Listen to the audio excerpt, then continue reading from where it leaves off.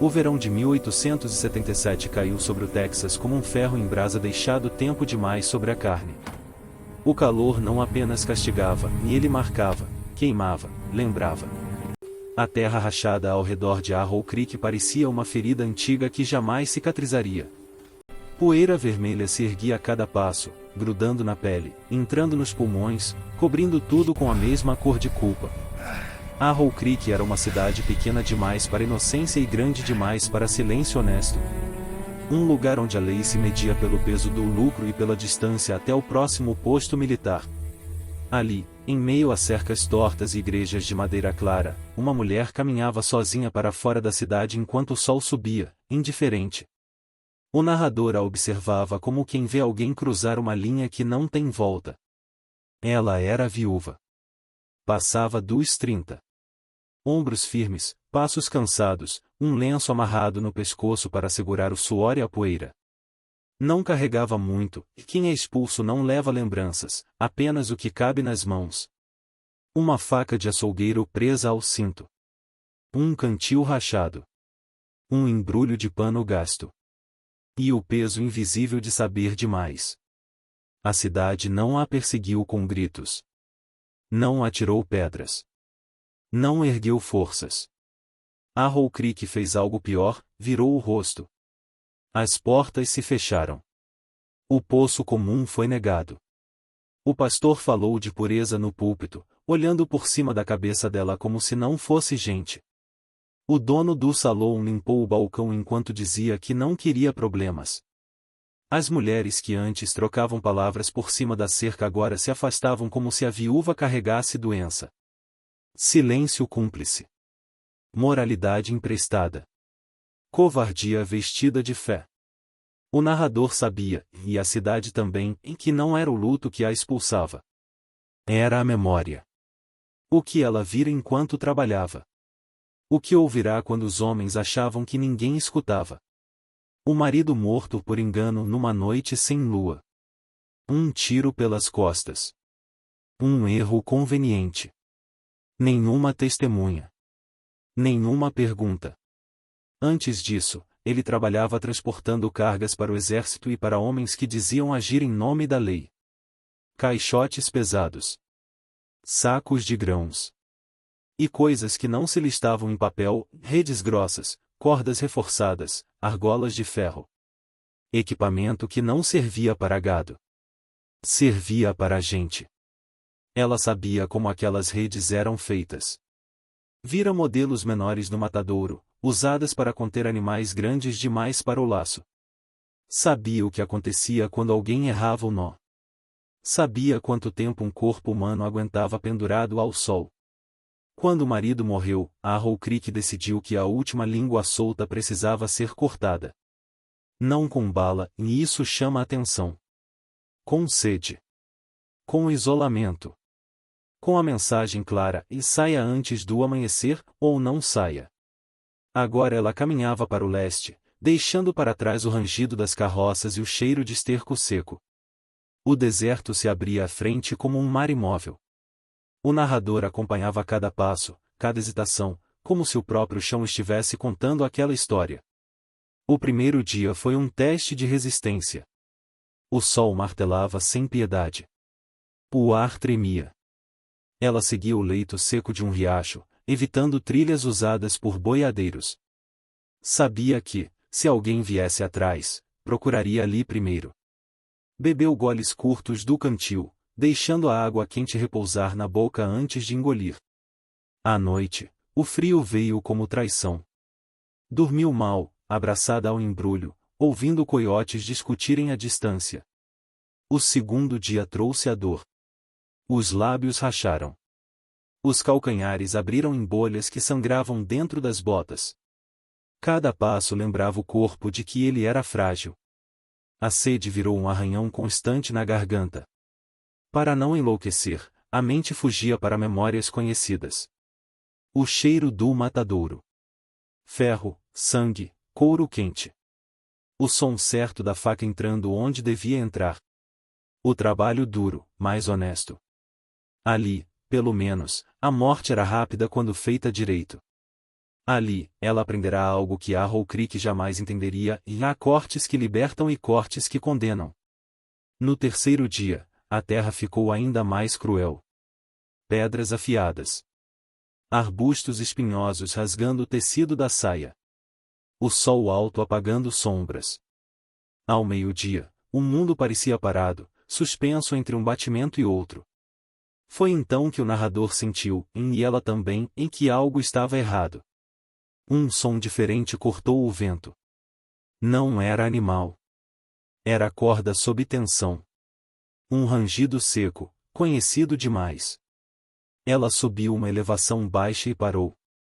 Lá embaixo, numa depressão do terreno, 2 homens estavam suspensos em redes de caça pesadas, pendurados como peças de carne esquecidas. Guerreiros Comanche. A pele escura marcada pelo sol. Sangue seco desenhando linhas no peito e nos braços onde as cordas mordiam. Os cavalos jaziam mortos ao lado, gargantas cortadas para não denunciar o acampamento. Pegadas recentes circulavam o local. Caçadores. Profissionais. Um dos guerreiros levantou o rosto. Os olhos encontraram os dela à distância. Não havia pedido ali. Apenas consciência. Cálculo. Ele sabia o que aquela visão significava. O vento levantou redemoinhos de poeira ao redor. O cantil dela estava quase vazio. As pernas tremiam. O narrador segurou o tempo por um instante, como quem prende a respiração antes do golpe final. Seguir adiante significava talvez mais um dia de vida. Talvez 2. Agir significava pintar um alvo maior ainda nas costas. A faca de açougueiro pesava no cinto, silenciosa, velha conhecida. O deserto não ofereceu resposta. Apenas observou. O deserto segurou o fôlego quando ela começou a descer. Não houve pressa. Não houve bravata. Cada passo foi medido, como quem sabe que um erro pequeno demais pode custar tudo. A poeira rangia sob as botas gastas, e o sol esmagava a depressão do terreno como um martelo incansável. Lá embaixo, as redes de caça balançavam lentamente, rangendo sob o peso dos corpos presos nelas. O narrador observava os detalhes que os homens de Arrow Creek fingiam não ver. As armadilhas eram trabalho profissional. Não improviso. Nós duplos reforçados com couro cru, feitos para apertar quando o prisioneiro se mexia. Argolas de ferro enterradas entre pedras, invisíveis à distância. Contrapesos escondidos sob lajes planas, calculados para manter o corpo suspenso sem quebrar ossos, e não ainda. Era o tipo de engenharia que não matava rápido. Mantinha vivo o suficiente para entregar. O sangue escorrera no começo. Agora secava. Escuro. Grosso. Colava na pele dos guerreiros como verniz. O sol havia feito seu trabalho, roubando umidade, endurecendo feridas, tornando cada movimento uma punição. Ela parou atrás de um toco de cedro, a pouco mais de 20 passos. Dali, via tudo. A faca de açougueiro descansava na mão, lâmina curta, gasta, mas afiada com o cuidado de quem confia nela para sobreviver. Não havia hesitação. Apenas cálculo. O narrador sabia, e fez questão de deixar claro, que ela não era heroína. Não viera salvar ninguém por glória, fé ou promessa de recompensa. Viera porque entendia de cortes. Porque aprenderá cedo que certos nós, se deixados intactos, matavam devagar demais. E porque virar o rosto era uma escolha que também deixa marcas. Os guerreiros a observavam. Não moveram a cabeça. Apenas os olhos. Não houve súplica. Nenhuma palavra. Nenhum pedido de misericórdia. Eles já tinham visto isso antes. Sabiam que quem se aproxima pode tanto libertar quanto terminar o serviço. Ela esperou. O vento mudou. O cheiro de sangue e suor veio mais forte. Ao longe, muito longe, o som abafado de cascos contra a pedra. Cavaleiros existiam naquele mundo como tempestades, sempre possíveis, nunca anunciados. Ela se moveu. Primeiro, O guerreiro mais baixo. A rede dele estava ancorada mais perto do chão, os contrapesos mal escondidos sob cascalho solto. Ela entrou por baixo, lenta, ficando fora do campo de visão de quem pudesse surgir nos arredores. A faca subiu e desceu em cortes curtos, precisos. Não atacou a corda principal. Ainda não. Cortou os nós secundários, aliviando a tensão aos poucos. A rede cedeu um palmo. O guerreiro grunhiu baixo, não de dor, mas do sangue voltando às extremidades. Ela parou.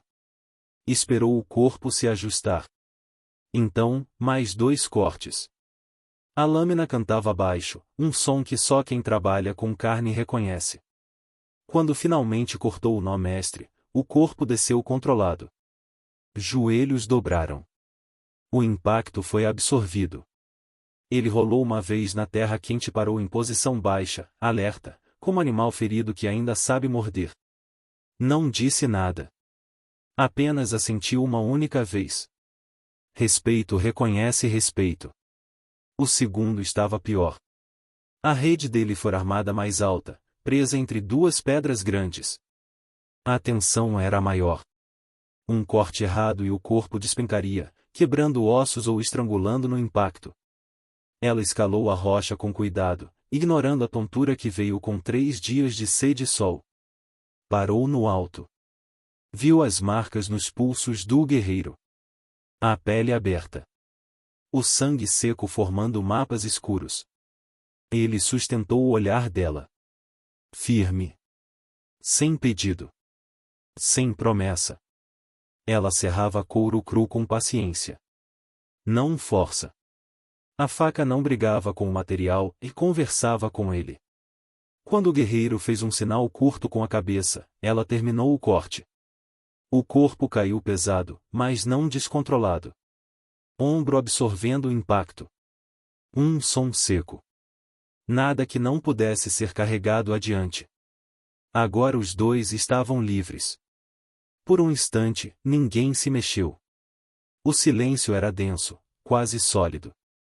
Ela desceu da rocha, limpou a lâmina na própria saia rasgada e guardou a faca. Um dos guerreiros retirou uma pequena lâmina escondida na bota. O outro testou as pernas, respirando fundo. Nenhuma palavra foi trocada. Eles não agradeceram. Ela não esperou gratidão. Havia algo maior ali, a consciência de que, a partir daquele momento, os 3 ocupavam o mesmo lado invisível do mundo. O lado que corre. O lado que some. O lado que não pode mais confiar em estrada aberta. Moveram-se rápido. Pegaram o que puderam dos cavalos mortos, e nada útil além de um cantil vazio e tiras de couro. O sol começava a cair, e com ele vinha o perigo maior. Eles seguiram para o oeste, entrando em terreno quebrado, onde pedra engole pegada e sombra confunde olho treinado. A primeira noite caiu sem cerimônia. Nenhum fogo. Nenhuma fala desnecessária. Eles se enfiaram sob um pequeno paredão de rocha, onde o vento passava por cima e não deixava cheiro forte. Ela abriu o embrulho e dividiu o último pedaço de carne seca em 3 partes iguais. O cantil passou de mão em mão. Cada um tomou um único gole. Nada mais. Ao longe, muito ao longe, ouviram vozes. Homens. Risadas curtas. O som metálico de equipamento sendo ajustado. Alguém estava procurando. Ainda não sabiam o que, mas saberiam logo. Ela se encolheu contra a pedra, a faca novamente na mão. Um dos guerreiros vigiava o alto. O outro observava a planície. Não dormiram. Apenas descansaram os olhos em turnos curtos, como quem sabe que fechar demais é morrer. O narrador fechou a parte com a certeza crua que pairava no ar frio da madrugada. A partir daquele momento, nenhum deles pertencia mais ao mundo que os caçava. O deserto havia testemunhado o corte. E o deserto não esquece. O amanhecer não trouxe alívio. Trouxe certeza. O narrador acompanhava o trio enquanto a primeira luz escorria pelas pedras do desfiladeiro, revelando pegadas que não pertenciam mais apenas a eles. As marcas eram limpas, espaçadas, feitas por homens montados que sabiam o que procuravam. Não eram vaqueiros perdidos nem patrulha ocasional. Aquilo era caça organizada. Foi ali, enquanto avançavam por uma garganta estreita onde o vento mal circulava, que a verdade veio à tona. Um dos guerreiros falou em voz baixa, palavras curtas, medidas. Ela não entendia a língua, mas entendia o tom. O outro traduziu em inglês quebrado, sem dramatizar: não eram soldados. Eram caçadores de recompensa. Homens pagos por cabeça viva. Redes rendiam mais que balas. Um corpo respirando valia mais no posto de pagamento. O narrador deixou o peso da revelação cair devagar. Não havia honra ali. Apenas comércio. A lei usada como desculpa. A moral como verniz. A partir daquele momento, a perseguição ganhou forma. Ainda antes do sol subir por completo, viram a primeira coluna de fumaça ao longe. Não era acampamento. Era pasto queimando. Técnica antiga. Incendiar a vegetação baixa para empurrar o alvo em direção a gargalos naturais, desfiladeiros, leitos secos, paredões onde cavalo não manobra bem e rifle manda. Eles aceleraram. O terreno virou aliado e inimigo ao mesmo tempo. Rochas cortantes protegiam rastros, mas também limitavam rotas. O grupo se movia em fila, trocando liderança sem palavras. Ela observava e aprendia. Eles observavam e aceitavam. Não havia amizade ali. Havia necessidade. Quando o calor apertou, foi ela quem desviou o rumo. Saiu da trilha óbvia e entrou num trecho de terreno que, para olhos treinados apenas no deserto aberto, parecia morte certa. Um vale seco, fechado demais, sem sombra aparente. Mas o narrador sabia, e ela também, em que ali passará muitas vezes com o marido, levando cargas que não faziam perguntas.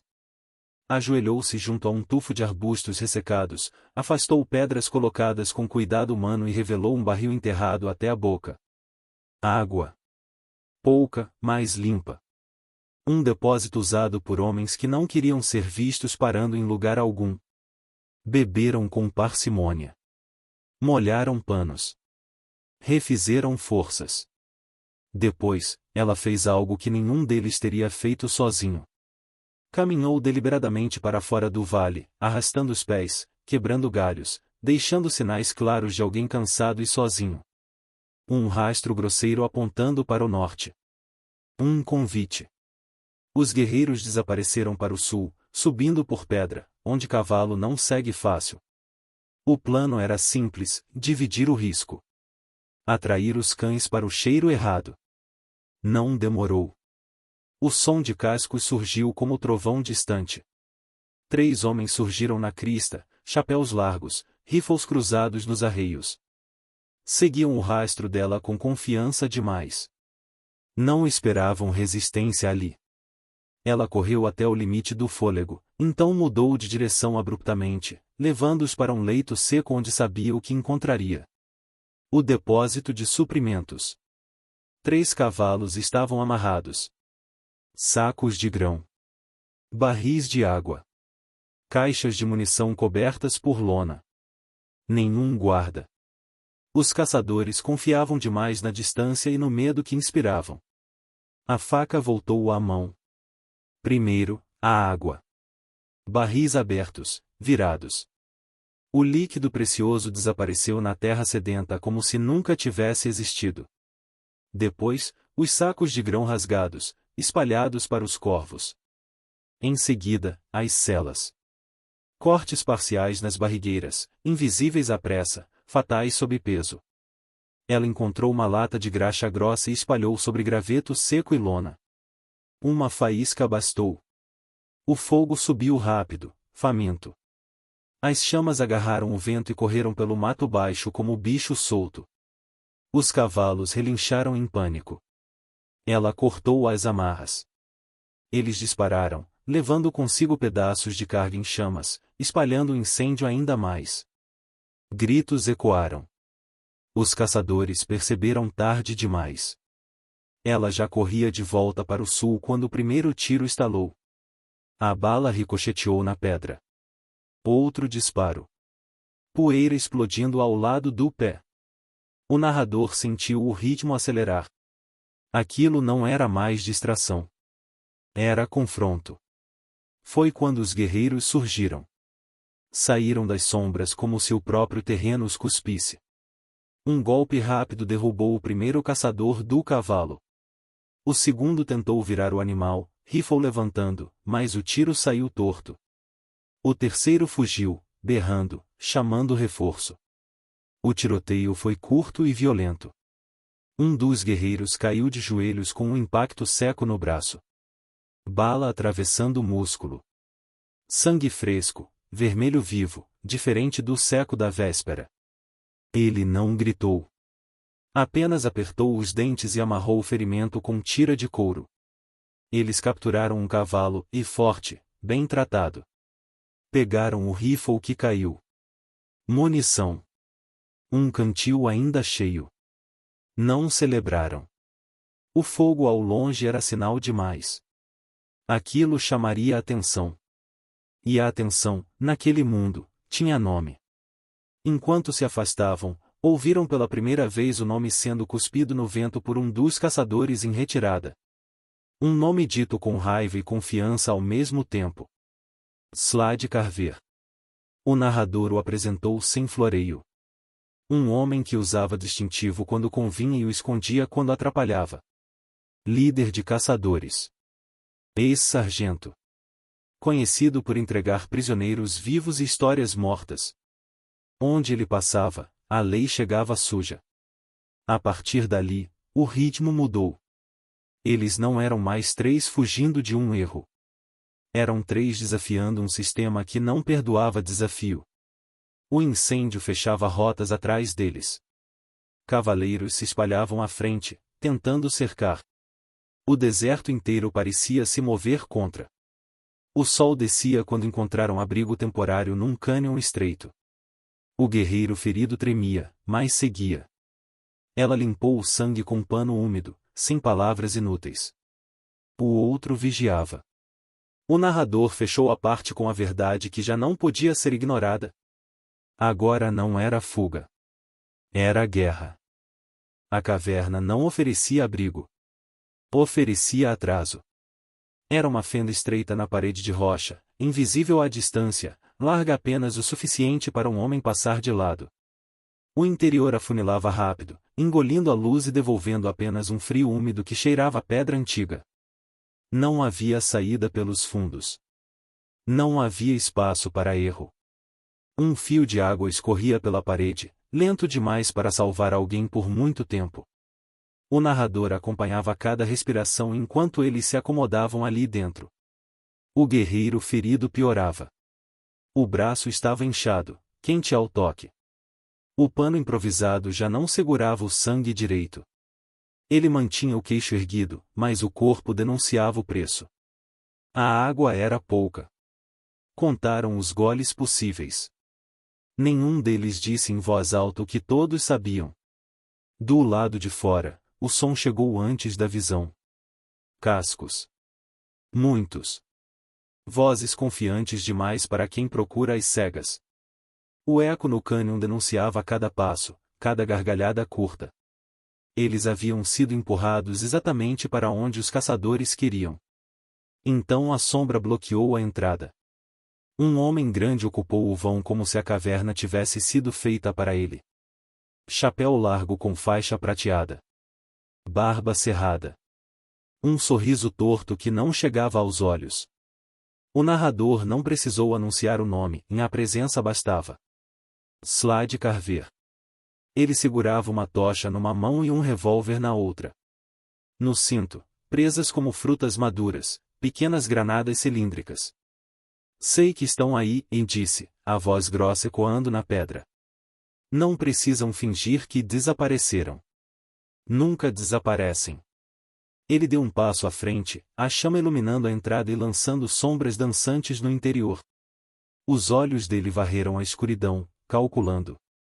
Mandem os 2 índios para fora, e continuou. Você, mulher, pode voltar para a cidade. Juro que ninguém vai te incomodar. Até pago uma bebida pela ajuda. Falsa misericórdia tem sempre cheiro de álcool velho. Ela não respondeu. Nenhum deles respondeu. O silêncio esticou, grosso. Slade riu baixo, um som sem humor. Pensei que fossem mais espertos. Ele puxou o pino da primeira granada e a lançou para dentro. O objeto bateu na pedra e começou a sibilar. A fumaça saiu rápido, cinza, densa, engolindo o espaço estreito. Os olhos arderam instantaneamente. A garganta fechou. Tosses secas cortaram o ar. A visibilidade caiu para quase nada. A caverna virou um pulmão doente. Outra granada veio logo depois. O plano era simples e cruel: sufocar, cegar, obrigar a saída. Lá fora, rifles esperariam. O narrador sentiu o desespero crescer como uma maré.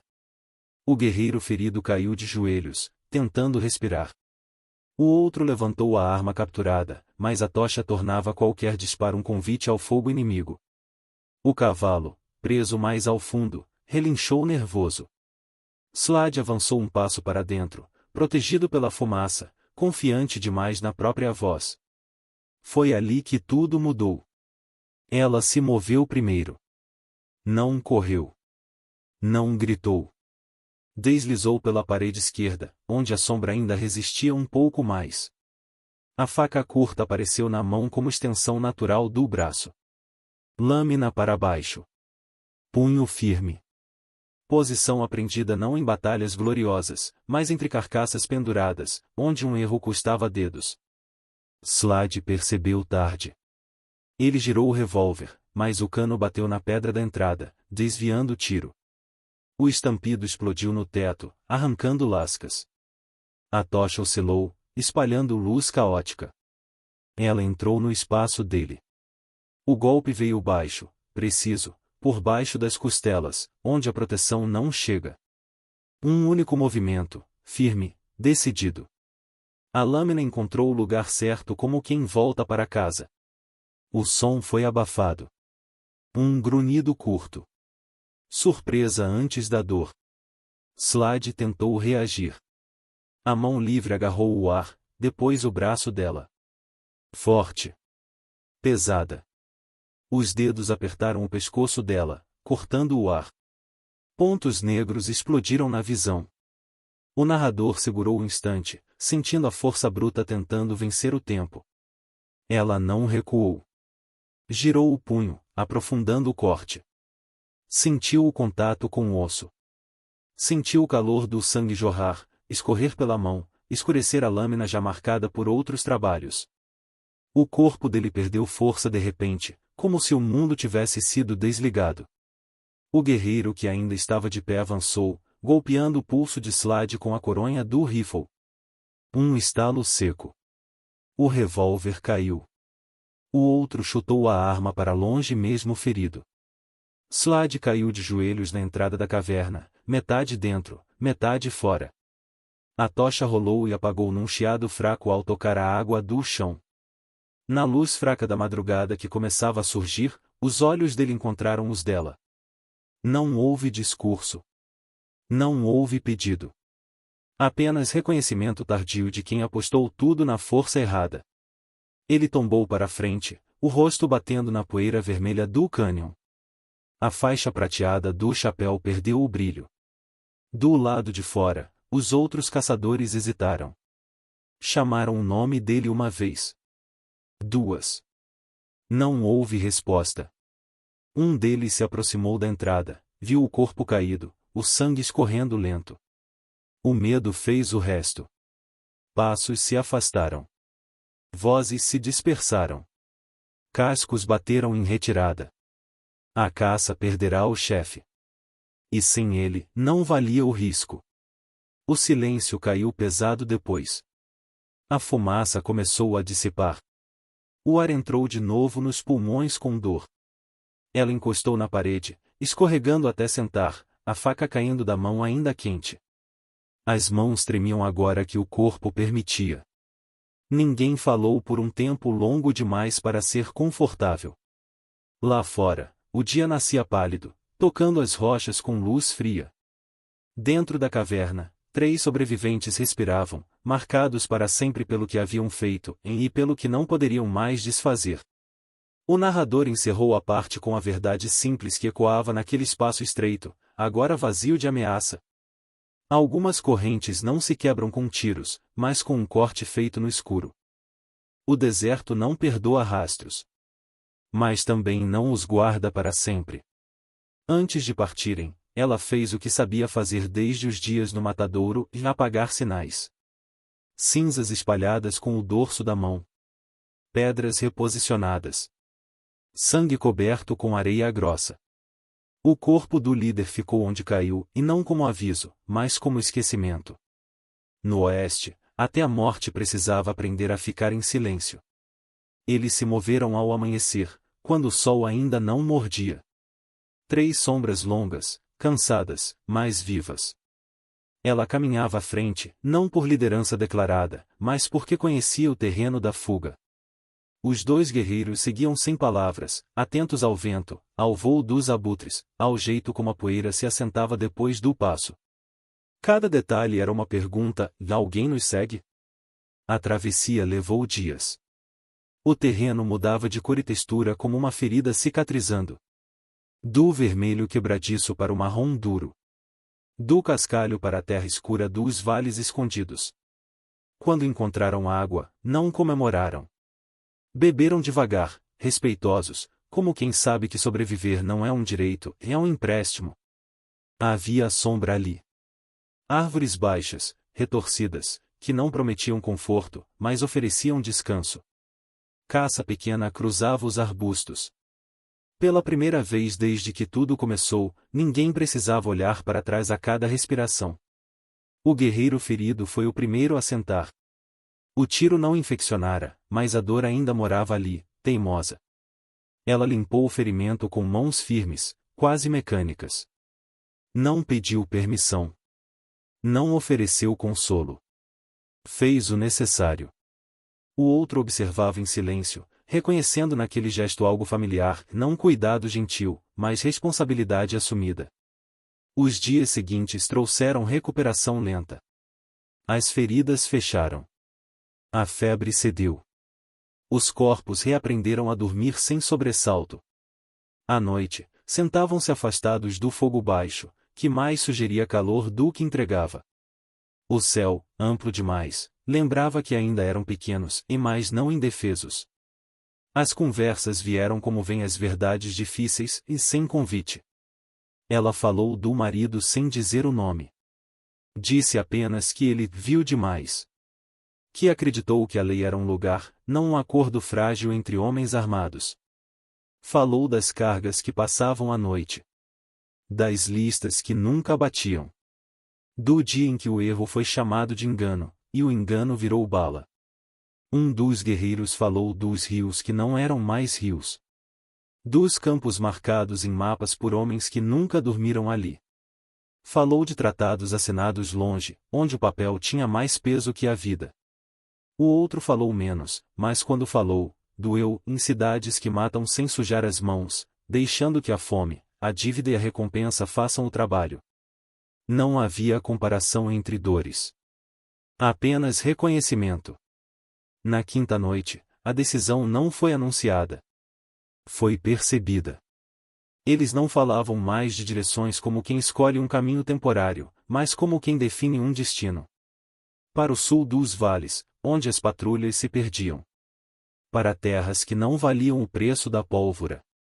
Para onde a recompensa não chegava, porque ninguém queria ir até lá. Ela poderia ter seguido sozinha. Sabia disso.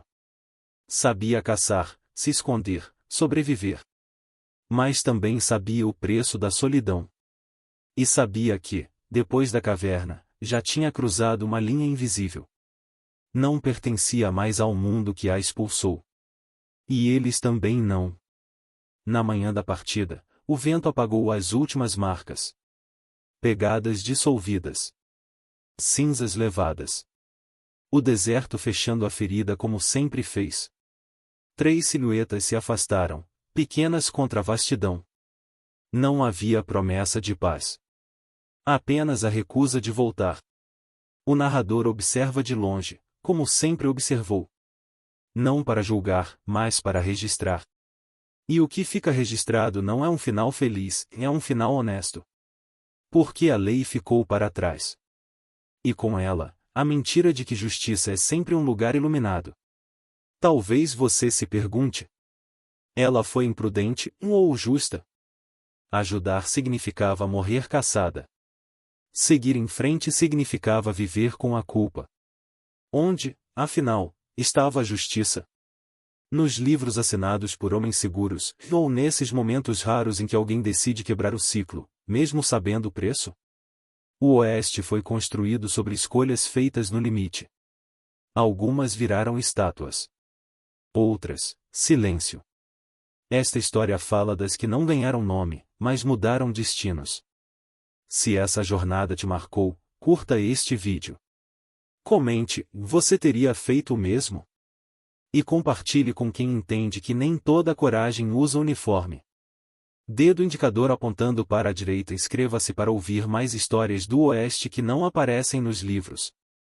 Porque às vezes, a história não é escrita por heróis, mas por quem se recusa a olhar para o lado.